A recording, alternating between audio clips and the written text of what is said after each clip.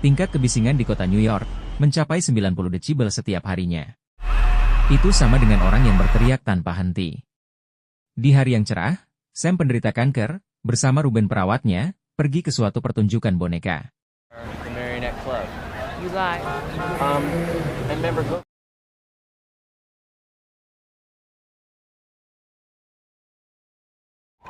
Tak lama kemudian, Sam keluar karena jenuh, lalu disusul Ruben.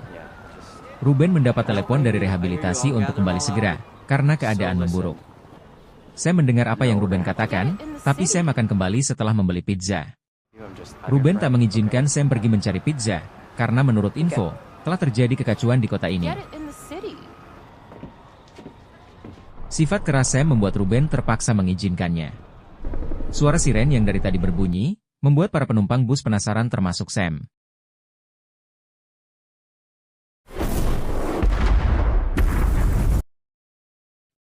Kota New York menjadi kacau akibat kepanikan orang-orang yang berusaha menyelamatkan diri. Mereka melarikan diri dan berteriak untuk meminta pertolongan, tetapi justru suatu makhluk memangsanya.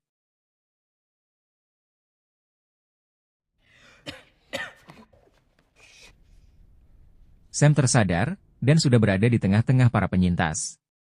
Sam juga bertemu Ruben dan kucing kesayangannya. Patroli menyarankan untuk tidak bersuara, karena makhluk ini peka terhadap suara dan tidak segan untuk memangsa. Para makhluk mulai mengejar suara helikopter, melewati atap gedung di mana para penyintas berada. Pemerintah juga mengisolasi kota dengan menghancurkan jembatan penghubung.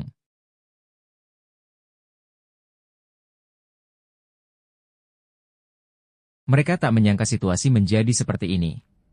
Di tengah kesunyian, mesin diesel tiba-tiba menyala. Ruben sentak berlari menuju mesin itu dan berusaha mematikannya. Ia berhasil mematikan mesinnya, di mana makhluk itu sudah berada di dekatnya. Namun naas, baju Ruben tersangkut hingga menimbulkan bunyi yang membuatnya tewas oleh makhluk itu.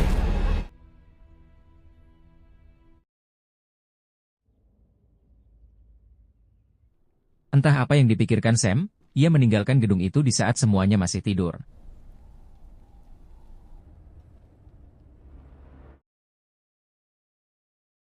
Ia menyempatkan mampir di sebuah toko untuk mencari obat dan beberapa bekal. Di suatu tempat, ia melihat dua anak kecil yang aman, berlindung di bawah air mancur. Sam berpikir bahwa, makhluk itu tak akan memangsanya karena terkecoh suara percikan air mancurnya.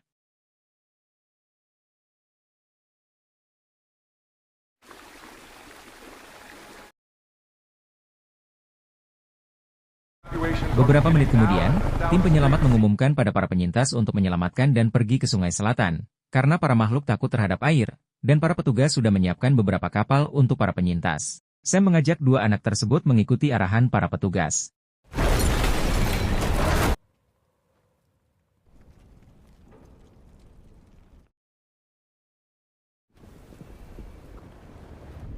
Sam memberi arahan kedua anak itu untuk mengikuti para penyintas lain ke lokasi yang sudah diberitahukan. Entah apa yang dilakukan Sam, ia malah tidak mengikuti arahan dan berjalan sebaliknya. Beberapa orang di sekitar Sam menimbulkan suara yang membuat para makhluk itu datang dan memangsa orang-orang.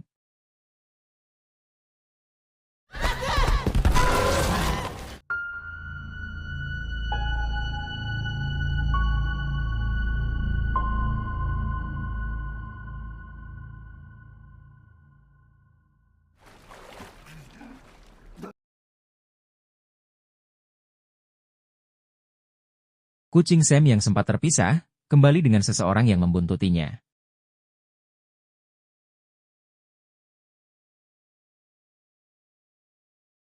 Di bawah suara hujan, Sam menanyakan nama lelaki itu. Eric berasal dari Prancis, tinggal sendiri di New York karena urusan kuliah jurusan hukum. Eric sangat ketakutan, dan tak tahu harus kemana dan berbuat apa. Sam mengajak Eric ke apartemen yang pernah ia tinggali bersama ayahnya. Mereka mendobrak pintu bersamaan dengan gemuruhnya petir. Eric bertanya pada Sam, kenapa ia tidak pergi mengevakuasi diri, malah merasa nyaman berada di sini. Sam ingin memakan pizza, kemungkinan masih ada beberapa yang masih tersisa di daerah sini. Bagi Eric itu terdengar konyol. Namun satu hal yang Sam cari adalah, Di sebelah store pizza terdapat bar jazz, tempat di mana ayahnya pernah bermain piano di sana. Ia ingin sekali pergi ke sana untuk mengenang ayahnya, di mana dahulu saat ayahnya bermain piano di atas panggung dan Sam melihat aksinya sambil menikmati pizza. Sam ingin pergi ke tempat itu untuk mengenangnya, sebelum akhir hayatnya karena penyakit kanker yang dideritanya.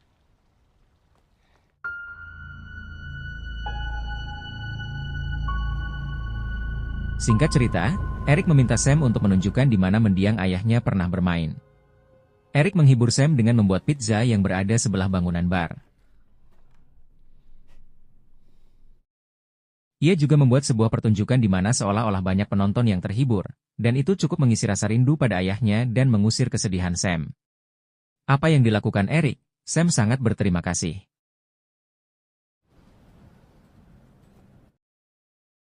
Dan sebagai gantinya, Sam mengantarkan Eric ke pelabuhan, di mana beberapa kapal penyelamat menunggu para penyintas.